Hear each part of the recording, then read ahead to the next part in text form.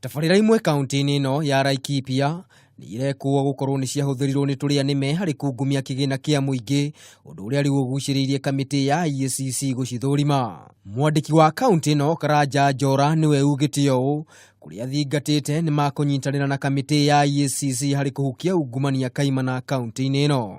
Nĩ ĩraruta wĩra na honge iria ingĩ cia thirikari ta IECC, ta DCI, nigetha tuthondeke mirutire ya wira kuria turona kwina mianya itumaga andu maiye mbeca cia muingi.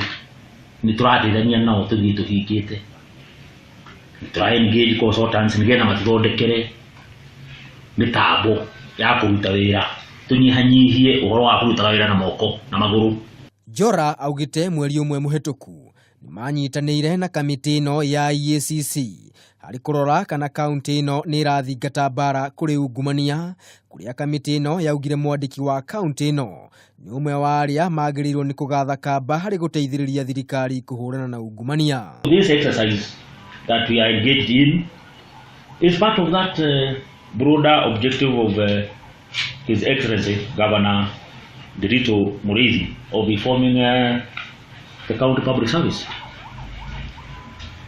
And we are working hand in hand with the government agencies like the EACC, the DCI, and other government agencies in ensuring that corruption risk areas in our government are completely eliminated.